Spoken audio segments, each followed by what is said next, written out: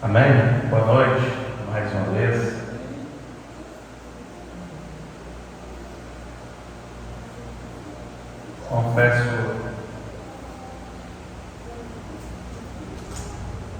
Confesso meus irmãos que eu fiquei assim um tanto curioso para saber como seria. Primeiro dia após a consagração, como seria o primeiro dia, a primeira mensagem após a consagração. E pedindo a Deus direção, desde ontem, mais cedo, Deus já havia falado comigo sobre o que Ele queria falar. E Deus falou muito comigo acerca de promessa. Repita comigo, promessa. Fala mais alto, promessa. E o título da mensagem de hoje é O Poder da Promessa. Repita comigo, O Poder da Promessa. Fala mais uma vez para você memorizar. O poder da promessa. Para quando você chegar na sua casa, alguém te perguntar como foi o culto hoje, qual foi a mensagem pregada, você falar, eita, não me lembro. Então repete que você memoriza aí por repetição. O poder da promessa. E a mensagem está lá em Êxodo capítulo 32. Abre em Êxodo, segundo livro do Velho Testamento, logo depois de Gênesis. Êxodo capítulo de número 32, versículo de número 9. Aqueles que encontrarem e puderem, coloquem-se de pé em reverência à palavra do Senhor. Êxodo capítulo de número 32, versículo 9.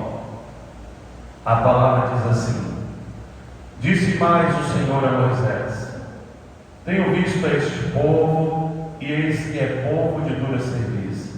Agora, pois, deixa-me para que o meu furor se acenda contra ele e o consuma, e eu farei de ti uma grande nação. Moisés, porém, suplicou ao Senhor, seu Deus, e disse: Ó Senhor, por que se acende o teu furor contra o teu povo, que tiraste da terra do Egito com grande força e com forte mão? Porque hão de falar os egípcios, dizendo: Para mal os tirou, para matá-los nos montes e para destruí-los na face da terra. Tornar-te do furor da tua ira e arrepende-te deste mal contra o teu povo. Lembra-te de Abraão, de Isaque e de Israel, os teus servos, aos quais por ti mesmo tens jurado, e lhes disseste: Multiplicarei a vossa descendência como as estrelas dos céus, e darei à vossa descendência toda esta terra, de que tenho falado, para que a possuam por herança eternamente. Então o Senhor se arrependeu-se do mal que dissera que havia de fazer ao seu povo. Amém? Pode se assentar.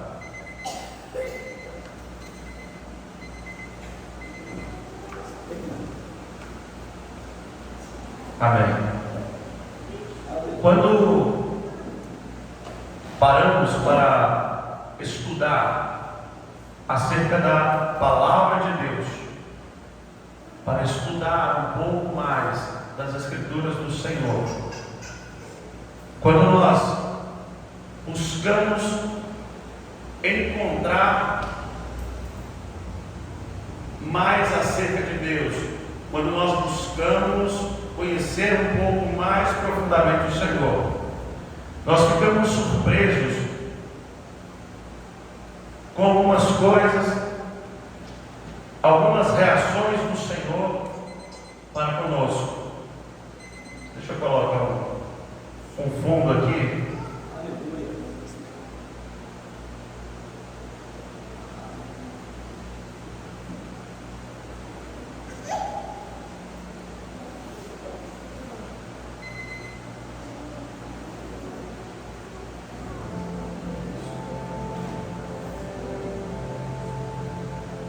E quando nós vamos estudar a Bíblia acerca de Israel,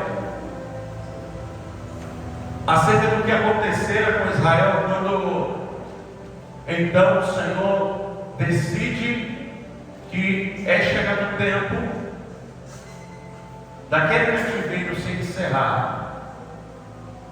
Após todo um tempo que Moisés passou no deserto, após todo um tempo que Moisés passou se preparando, sem saber que seria ele o libertador de Israel das mãos do Egito. Seria ele o responsável, o instrumento a ser usado por Deus para que então livrasse Israel de toda aquela escravidão.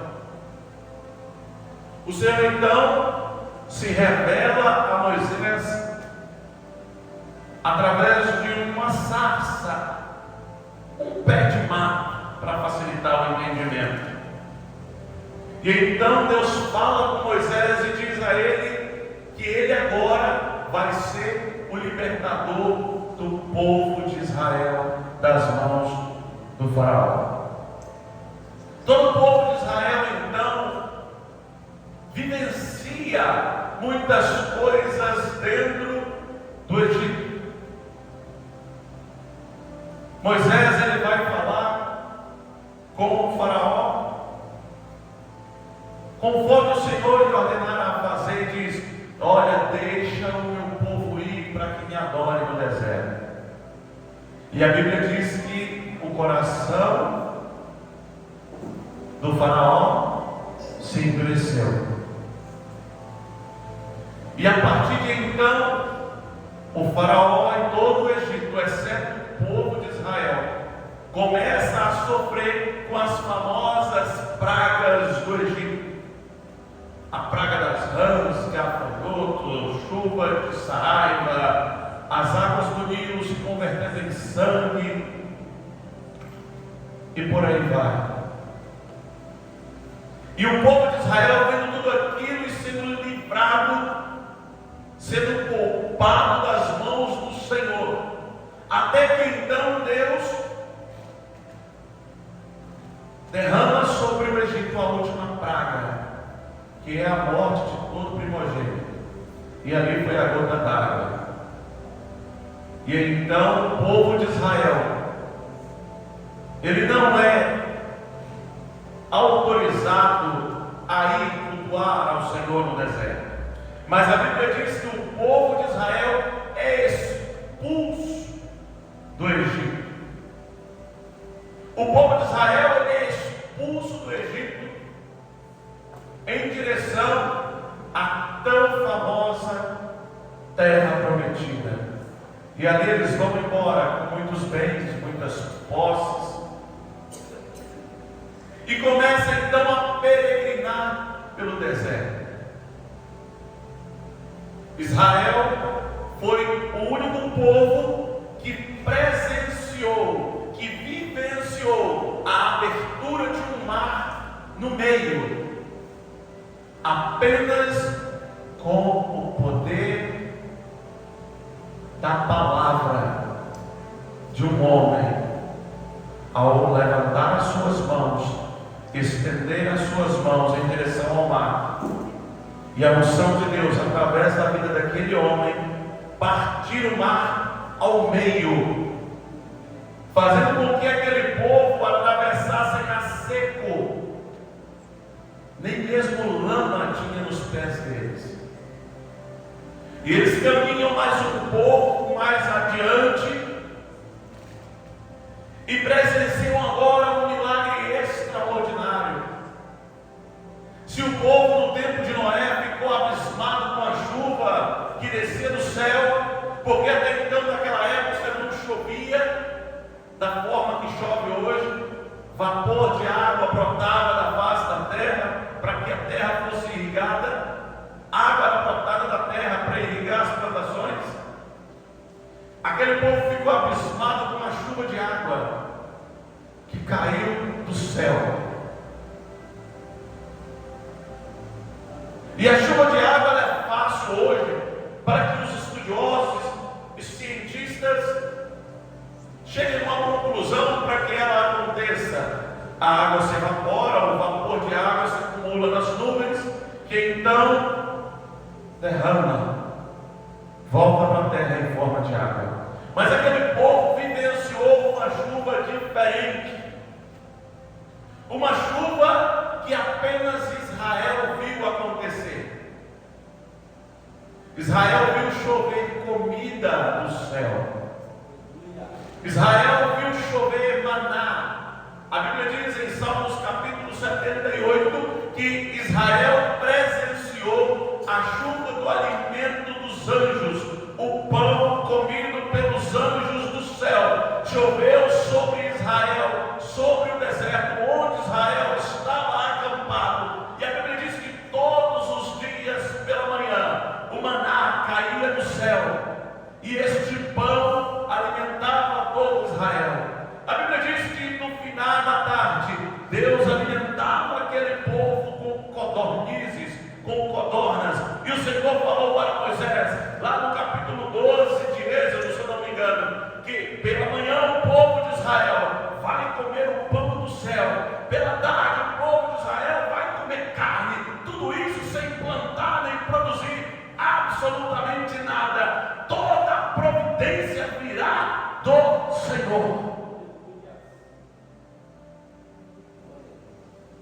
E esse povo vivenciou tudo isso.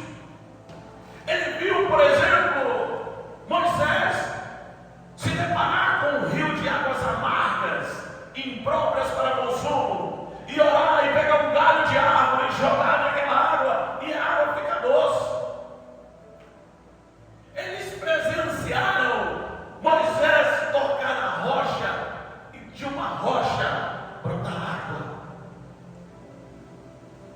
Eles presenciaram uma coluna, uma nuvem os acompanhando durante todo o percurso, durante o dia no deserto, e uma coluna de fogo os aquecendo durante a noite.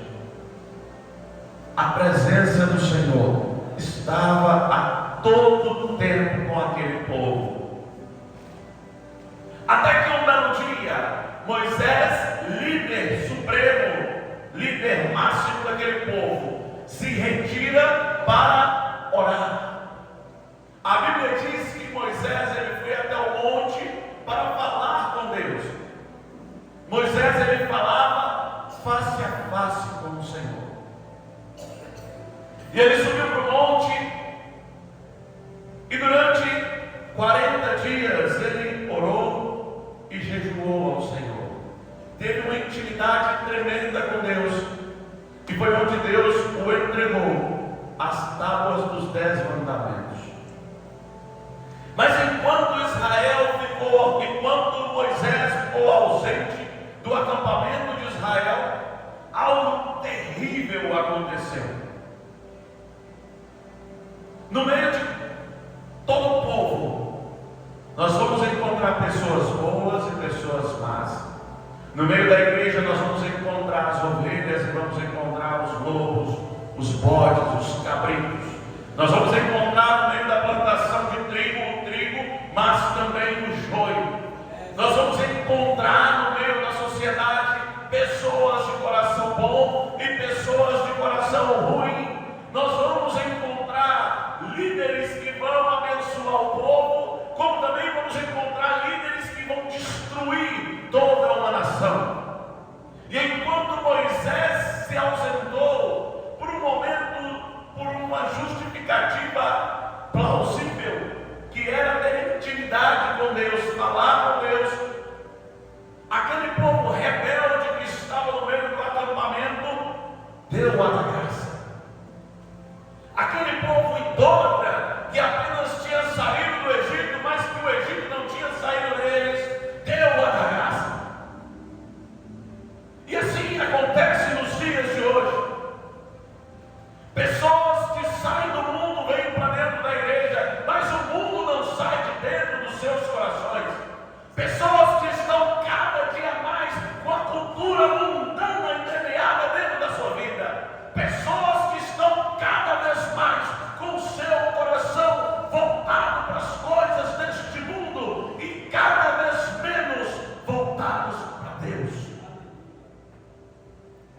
pessoas que não importam os milagres que eles presenciam, pessoas que não importam o quão grandioso é o milagre que o Senhor operou na vida dele.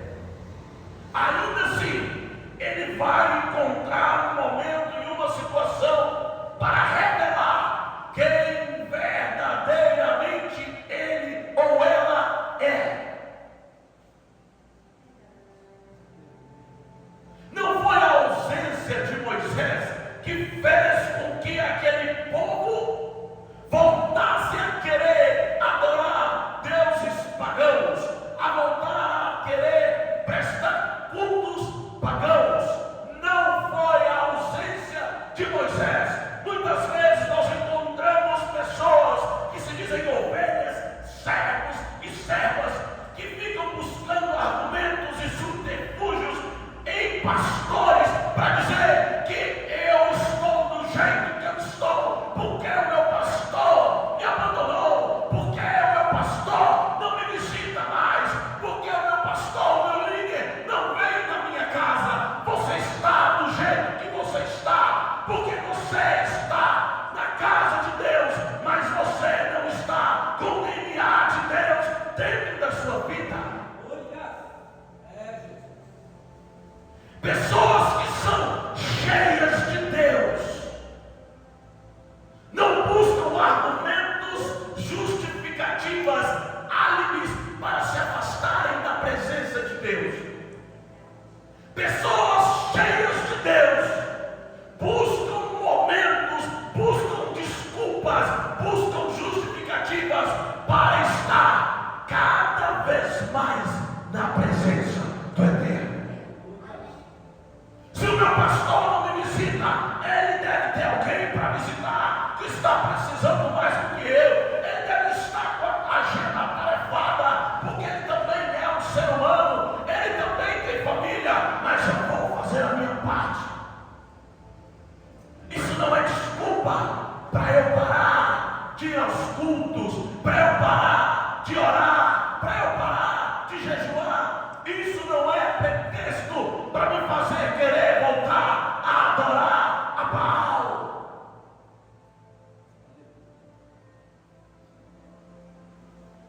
Israel olhou para aquela situação, o povo de Israel, o povo idólatra, de dura serviço, como o próprio Deus disse a Moisés, um povo rebelde, murmurador. Olhou para aquela situação, chegou até Arão e falou: olha, Arão, encosta aqui. Moisés sumiu. Moisés não está mais aqui. E agora? Vou te dar um conselho, Arão. Vou te dar um conselho, Arão.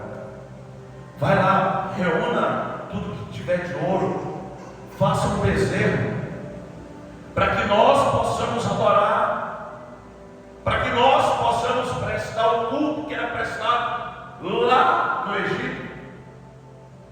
E a Bíblia diz que o frouxo do Arão atendeu o pedido de alguns manipuladores. O frouxo do Arão foi lá e reuniu tudo que tinha de ouro, fundiu, fez um bezerro e entregou na mão deles. E eles começaram a adorar aquilo, dizendo: olha, foi este bezerro, foi este Deus que nos tirou do Egito. Quantas vezes Deus tem nos livrado do laço do passarinho? Quantas vezes Deus tem nos abençoado? E o que nós fazemos? No primeiro brilho de algo aparentemente de valor, nós abandonamos o nosso Deus. Arão vindo aqui e falou assim: calma, gente, vamos prestar um culto aqui para o Senhor também. Arão não se importava de implantar uma cultura egípcia no meio do povo de Israel, porque o povo de Israel, quando estava no meio do Egito, acontecia cultos a deuses pagãos, e aqueles que eram tementes a Deus prestavam cultos a Deus dentro das suas casas. Arão não se importava de implantar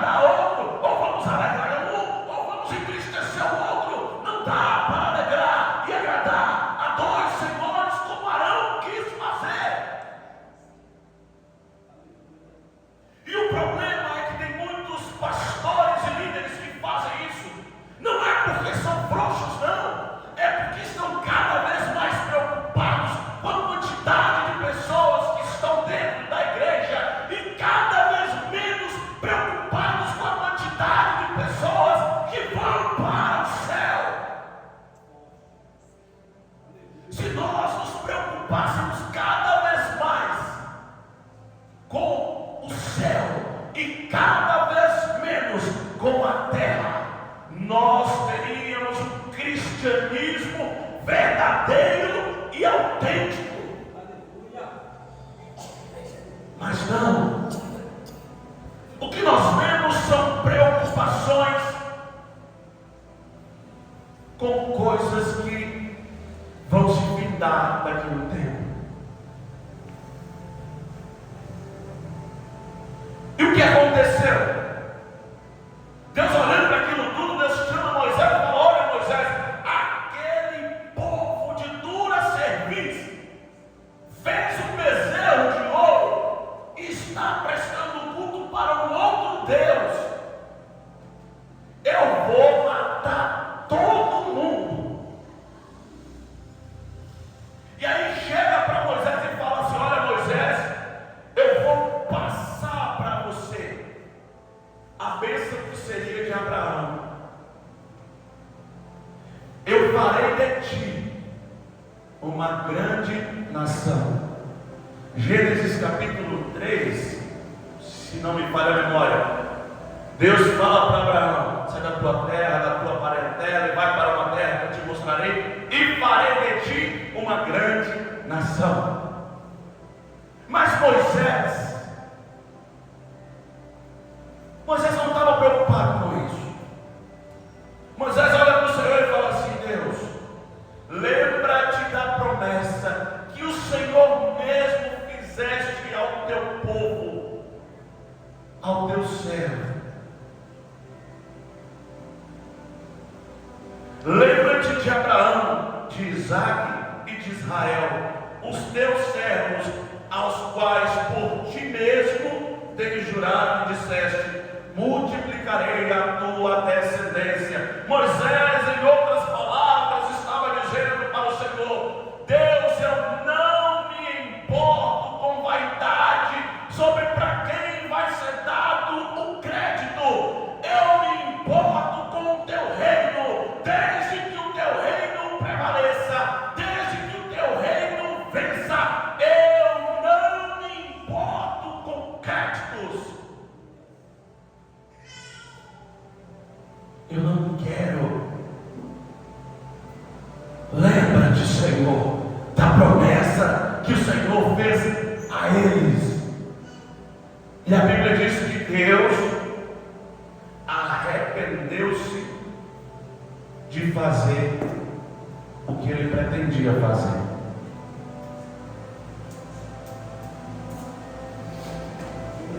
O Senhor arrependeu-se de fazer o que ele queria fazer.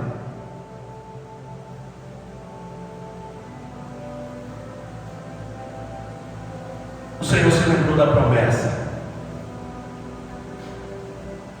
Mas para que o Senhor se lembrasse da promessa, foi necessário que um homem orasse e lembrasse ele da promessa. Ah, porque Deus se esquece? Não, Deus não se esquece. Ele não se atrasa, tampouco se adianta. É no tempo certo.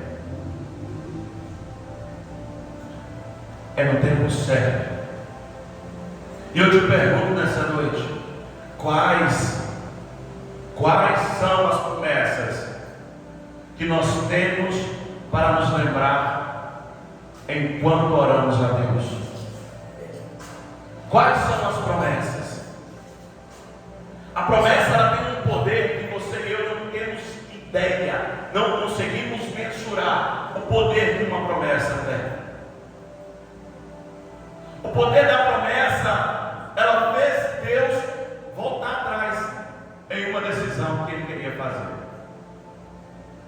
O poder da promessa faz com que muitas pessoas perseverem em oração, continuem orando, continuem jejuando, continuem buscando. Nós temos visto cada vez mais famílias que ainda não se fundaram totalmente, porque tem um homem, porque tem uma mulher de joelho, orando por ela, embasado na promessa de que eu e a minha casa serviremos ao Senhor. E aí pergunta para essa pessoa: por que você ainda ora? E essa pessoa vira e fala: enquanto eu não ver na presença de Deus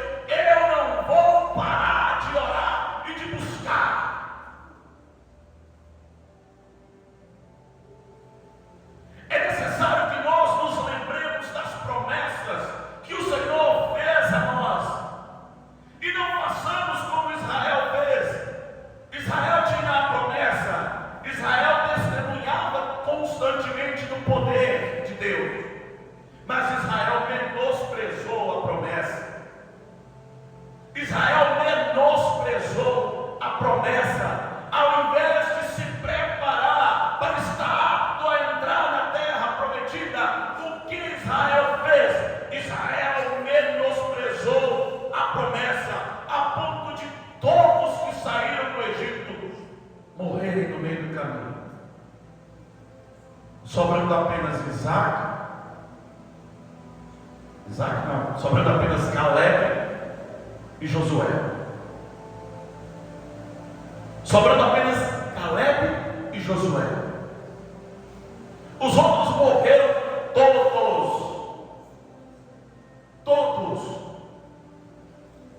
Por que morreram todos? Porque eles saíram do Egito, mas o Egito não saiu deles. Porque o Egito era maior do que a promessa na vida deles. Por que Abraão, quando teve o seu filho pedido para Deus, ele não recusou entregar Isaac para Deus? Porque ele sabia que a promessa de Deus era maior do que o seu filho. A promessa na vida dele era maior do que o Isaac. A promessa que Deus tem na sua vida é maior do que o conforto que você tanto almeja. É maior do que o carro que você tanto quer. É maior do que a casa bacana que você tanto almeja. A promessa de Deus na sua vida é maior do que tudo que você imagina. E quando nós permanecemos olhando para a promessa de Deus, nós não permitimos que a cultura mundana entre dentro de nós, como Israel fez. Se ao contrário disso, Arão tivesse feito o seguinte: olha, isso aí é lá no Egito, aqui não. Aqui você não vai implantar cultura de deuses pagãos, não. Mas como ele era articulado, aquele cara diplomata, ele queria ficar bem com todo mundo, ele cedeu. Não é que ele queria adorar um Deus pagão, não, ele só queria ficar bem com todo mundo. E esse seu problema de querer ficar de bem com todo mundo vai acabar te matando. Vai acabar te matando. O que nós temos visto de pastores pregando mensagens para ficar bem com todo mundo, tapinha nas costas. Não, a mensagem do reino, ela tem que confortar os salvos, e ela tem que confrontar, tirar da zona de conforto aqueles que estão caminhando para o inferno. Não é falar assim: não, calma, a gente sabe que é difícil mesmo, vem aqui, vamos lá, vamos ajeitar aqui. Não tem problema, pode adorar aqui um bezerrinho de ouro de vez em quando. Não tem problema, pode tomar aqui um pouquinho, uma cachaçinha, não faz mal de vez em quando. Não, um pecadinho leve não vai te levar para o inferno. Eu quero te dizer que esse tipo de pastor, esse tipo de líder está minando as forças da igreja, está construindo uma igreja fraca, uma geração fraca, uma geração que não é mais neopentecostal, é um neo-Israel, é um neo-Israel que saiu do Egito. Parece que o povo de Israel que saiu do Egito, que morreu no deserto, a descendência veio toda agora. Pulou várias gerações e agora a descendência está agora. Nós temos uma promessa. Nós temos promessas em nossas vidas, mas nós temos uma promessa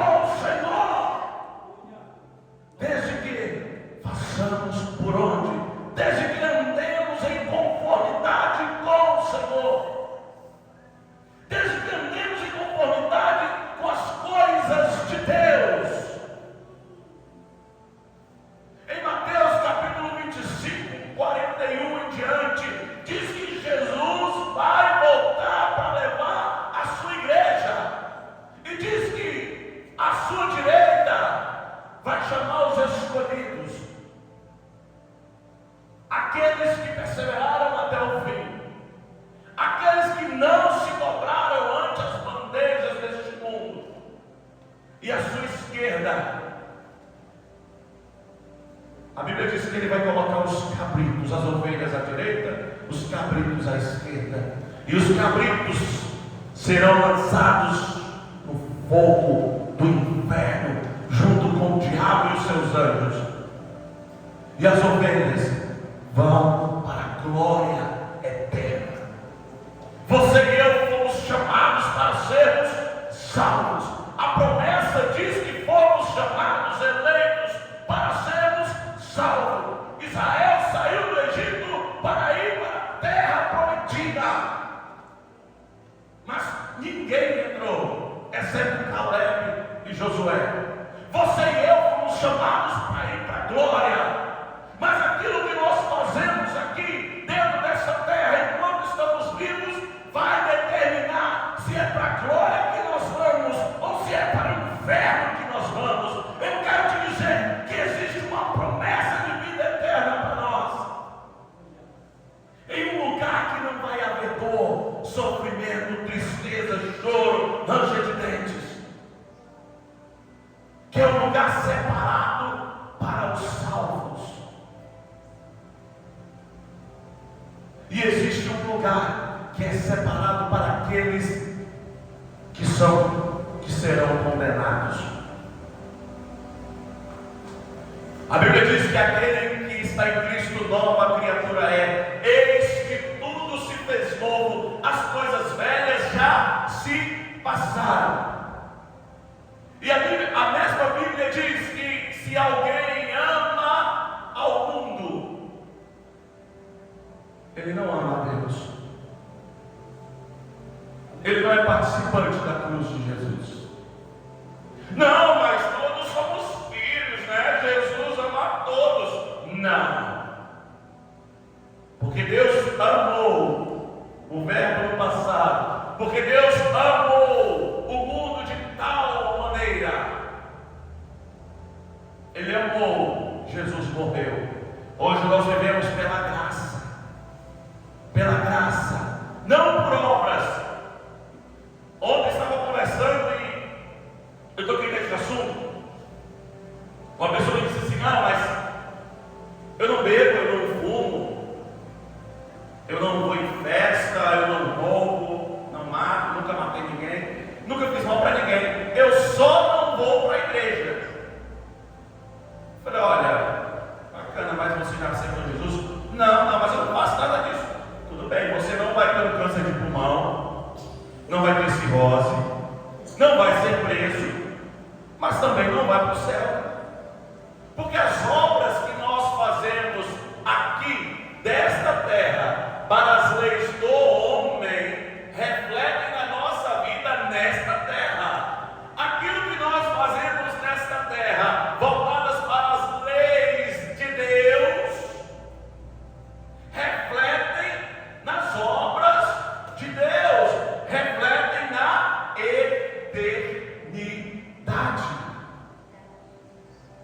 Então, se eu achar que o fato de eu não ir para a festa, eu não beber, eu não fumar, não matar e não roubar, eu estou com a salvação garantida, eu quero te dizer que você está redondamente enganado.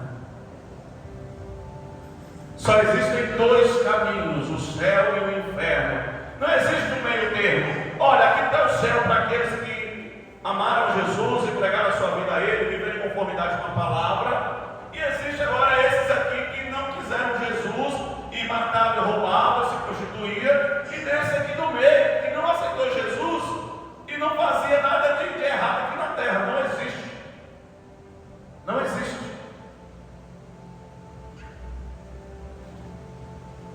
A Bíblia diz que para que sejamos salvos é preciso reconhecer Jesus como o único Senhor, único e suficiente Senhor e Salvador de nossas vidas.